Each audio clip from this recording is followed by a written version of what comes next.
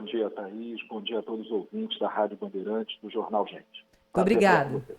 Esse é um assunto muito importante que, olha, quase que passou batido aqui no noticiário, em meio a tanta notícia que a gente teve em 2021. Mas é uma mudança legal que muda a possibilidade do formato de contratação de ferrovias no país. Antes da gente contar o que já está acontecendo, eu queria que o senhor contasse para o nosso ouvinte, por favor, secretário, qual é a mudança que está valendo já a partir de agora? Bom, Thaís, nós temos agora um novo marco ferroviário para o Brasil. É uma atualização de uma legislação antiga que incorporou uma série de novas possibilidades de investimentos. A gente sabe que o país, desde 1957, onde nós tínhamos por volta de 30 mil quilômetros de malha ferroviária, de lá para cá a gente não viu a malha crescer. A malha ficou estagnada e hoje nós temos os mesmos 30 mil quilômetros praticamente de ferrovias instaladas no país que tínhamos em 1957. Esse marco veio para resolver esse problema, dando outras oportunidades e possibilidades de emprego da malha e de financiamento dessa malha. E a ideia básica é você usar a demanda existente por projetos da iniciativa privada e usar a capacidade que a iniciativa privada tem de fazer investimentos em prol do Sistema Nacional Ferroviário do país. Então, o que mudou é que agora um empresário, um grande grupo econômico, seja do nosso país ou do exterior, pode, ao identificar um projeto ferroviário viável, pode construir e operar uma ferrovia no Brasil. Antes daí, só o governo federal e os governos estaduais tinham essa possibilidade. Então, se um grande empresário viesse ao país e quisesse construir uma ferrovia, ele tinha que entrar na fila esperando o governo, com o recurso limitado que tem, construir aquela ferrovia, porque ele não tinha possibilidade jurídica, possibilidade legal para fazer esse investimento. E nós quebramos isso. Agora nós temos essa possibilidade e a tendência é que a gente aumente significativamente a quantidade de ferrovias no país com o incentivo e com os recursos da iniciativa privada. Senhor Marcelo, me responde uma dúvida aqui. Os trilhos que já existem dos trens que transportam hoje produtos, eles vão ser utilizados, né, para o transporte de pessoas? Nós podemos aproveitar essa malha ferroviária para atualizá-la, para dar mais agilidade? Ou novos trilhos terão de ser construídos para essa ampliação dos trens no país? Pedro, bom dia. Nós temos duas possibilidades. Primeiro que, com esse novo marco, nós temos dois modelos diferentes de operação de ferrovias no país. Um é o modelo tradicional das ferrovias que estão concedidas, né? Aquelas que hoje já operam nessa malha que eu falei, de por volta de 30 mil quilômetros de ferrovias construídas no país. Nem toda essa malha opera, mas dentro do modelo de concessões que já transportam cargas e com um número crescente aí de volume de exportação todos os anos. A autorização ela tem uma vantagem, porque ela permite que parte dessa malha existente, que hoje está ociosa, que já não tem mais carga para transportar, ou que transporta pouca quantidade de carga, possa ser utilizada para outros empregos. E um deles é o transporte de passageiro. Então, a autorização ela permite que uma linha possa ser devolvida por uma concessionária que hoje já não opera naquela linha específica com o volume de carga que torna aquela linha viável, e ela possa devolver para que o governo federal possa fazer, através de um chamamento público, abrir a possibilidade de um investidor operar, construir, reformar essa linha para o transporte ferroviário de passageiro. Esse transporte pode ser para um trem de média velocidade, por exemplo, ou até para transporte turístico. Então, esse novo marco também dá uma solução para que a gente incentive novamente o transporte ferroviário de passageiros no país, que já foi muito forte e que vem, ao longo do último século, perdendo espaço para cá. Secretário, dentro desse novo marco legal, quais são os setores e da onde vem essa vontade de investimento em ferrovias no Brasil? Isso já foi detectado? Thaís, isso é muito interessante, porque a gente sempre defendeu esse novo marco. Era um projeto de lei que já existia desde 2018, quer dizer, ele foi anterior ao nosso governo. Nós acreditamos que o projeto era interessante, defendemos e batalhamos junto ao Congresso Nacional, e em parceria com o Congresso Nacional conseguimos aprovar essa lei. E a gente sempre teve isso na cabeça, de que existia uma demanda reprimida de ferrovias no país. E nós imaginávamos que teríamos, por volta de 7, 8 projetos, assim que a gente já disponibilizasse esse novo marco legal. Para nossa surpresa, a demanda reprimida desses projetos era até maior, muito maior do que a gente conseguia imaginar, e hoje nós já temos requeridos 75 trechos ferroviários a serem construídos no país pelo modelo de autorização. Então, nós já recebemos, até o fechamento de 2021, até agora 31 de dezembro passado, 75 novos projetos de ferrovias a serem construídos no país. Ferrovias e terminais ferroviários. O que dá mais de 17 mil quilômetros de novas ferrovias no país. Então, isso mostra que realmente existia uma demanda reprimida muito grande e em diversos setores. Nós temos empresas que fizeram requerimento para transportar minério. Nós tivemos empresas que fizeram requerimentos de construção e operação de ferrovias para transportar celulose. Nós temos empresas que estão voltadas para produtos frigorificados, contêineres frigorificados. Nós temos também muitas ferrovias para aumentar e tornar mais competitivo o nosso agronegócio. Então, muitas ferrovias concentradas no sul do país, na região ali do oeste de Santa Catarina, no oeste do Paraná. Nós temos muito projeto de concessão, de autorizações ferroviárias no centro-oeste do país, uma região muito produtora. Então, a gente está pegando projetos no país inteiro, em praticamente todos os estados do país, e com uma diversidade de cargas muito grande. Então, a gente está muito satisfeito. Sim. E isso demonstra que a gente tinha uma demanda reprimida muito grande, realmente, de ferrovias no país. E essa discussão, né, secretário, passa pelo preço. Precisa ser atraente. Se for uma coisa inviável aí, for muito cara, não vai adiantar muito.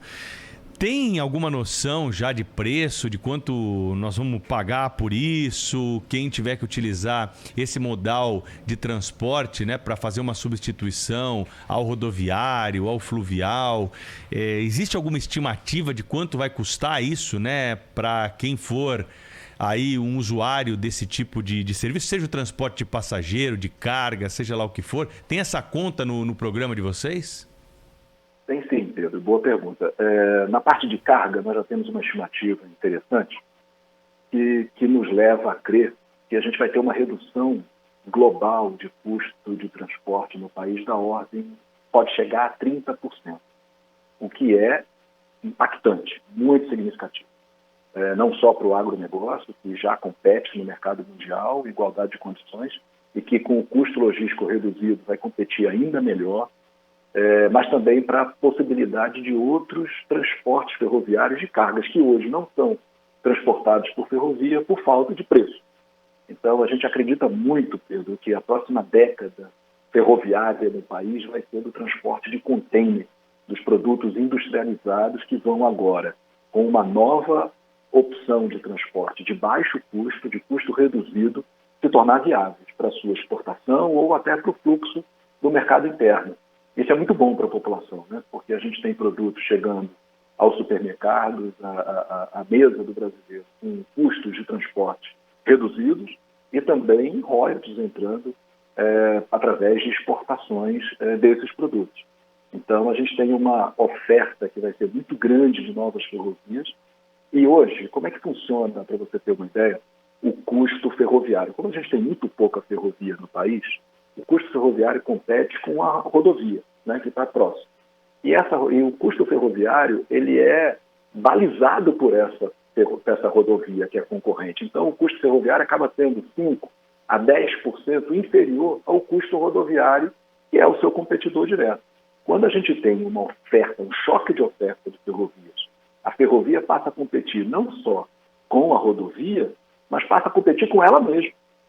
Então, a gente vai ter produtos que poderão ser exportados ou transportados para consumo interno no país por 2 ou 3 ferrovias diferentes. E aí sim, a gente tem uma redução real no custo de transporte. Então, a gente espera ter reduções da ordem de 30% no custo de transporte do país. Secretário Marcelo da Costa Vieira, secretário nacional de Transportes Terrestres, está ao vivo conosco aqui no Jornal Gente da Rádio Bandeirantes. Secretária, a questão de licenciamento ambiental preocupa? Eu pergunto porque a gente vê o que está acontecendo agora, por exemplo, com a Ferrogrão, né? Exato. Na verdade, deixa eu te explicar melhor, e eu acho que é uma oportunidade boa que você nos deu, da gente explicar que a questão da Ferrogrão, e hoje ela está paralisada através de uma decisão do ministro Alexandre de Moraes no STF, é uma decisão preliminar, né, porque ainda não foi para plenário, não é uma questão ambiental. Né? O que atrapalha hoje, o que impede hoje que a gente faça o leilão da ferrovia Ferrogrão é uma questão jurídica, de interpretação de um dispositivo legal. Quer dizer, era uma desafetação de uma reserva indígena que foi feita através de uma medida provisória à época, e era um instrumento jurídico perfeito, era possível se fazer, essa medida provisória foi convertida em lei, e que posteriormente, por uma decisão do próprio STF, não se tornar mais possível fazer desafetação de área de reserva indígena através de medida provisória. E aí se está discutindo hoje se essa lei vai retroagir ou não. Não é uma questão ambiental. Ela não está parada porque se entende que existe um dano ambiental. Muito pelo contrário. A ferrovia, a Ferrogrão, ela é altamente positiva, como qualquer outra ferrovia. Ela é altamente positiva no balanço ambiental, porque você está trocando dezenas de milhares de caminhões por alguns vagões de transporte. Né? Um trem de 120, 150 vagões transporta, é equivalente, cada vagão é equivalente a 4 caminhões. Então você está falando de tirar quase 1.000 caminhões, 600 caminhões, com um único trem de uma rodovia. Então o balanço econômico, o balanço ambiental de uma ferrovia é sempre favorável em relação à rodovia equivalente. Então não é uma questão ambiental, é uma questão de interpretação jurídica que está em discussão no STF e está com a data marcada de junho agora, desse ano, para sua votação em plenário. E a gente está muito confiante de que vai ter a liberação e o perfeito entendimento pelo STF. A gente já argumentou com bastante propriedade junto ao processo que existe lá e a gente deve liberar aí a Ferrogrão do segundo semestre. Então, essa é uma questão. A relação ambiental desses projetos de autorização, desses 75 projetos de autorização, é uma questão que a gente vai acompanhar de perto.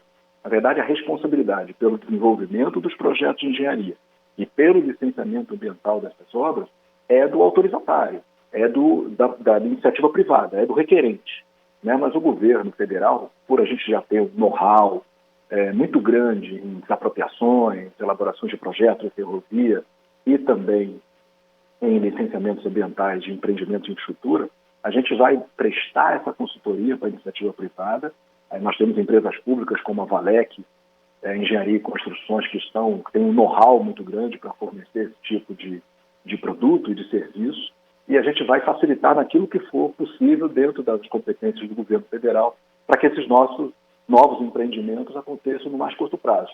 A gente não tem muita preocupação com questão ambiental, é uma preocupação normal desses projetos específicos de ferrovia, porque a gente sabe que o entendimento vai ser muito grande dos órgãos ambientais de quando você substitui a ferrovia por uma rodovia existente. Então, a ferrovia ela tem um balanço ambiental muito positivo e eu acho que isso vai ser muito favorável na análise desses projetos ambientais, no licenciamento ambiental desses projetos. Bom, vamos agradecer então aqui pela entrevista, né? O Marcelo da Costa Vieira, que é secretário nacional de Transportes Terrestres, falando sobre esse assunto importante, que vai ser um dos assuntos do ano, a ampliação da malha ferroviária brasileira. Nós vamos acompanhar de perto. Se tiver novidades, o senhor tem o nosso contato aqui também. O jornalista gosta de notícia fresca e importante. Pode mandar mensagem para nós aqui que a gente transmite para os nossos ouvintes. Muito obrigado pela entrevista. Um abraço para o senhor e até a próxima. Até a próxima. Grande abraço a todos. Muito obrigada.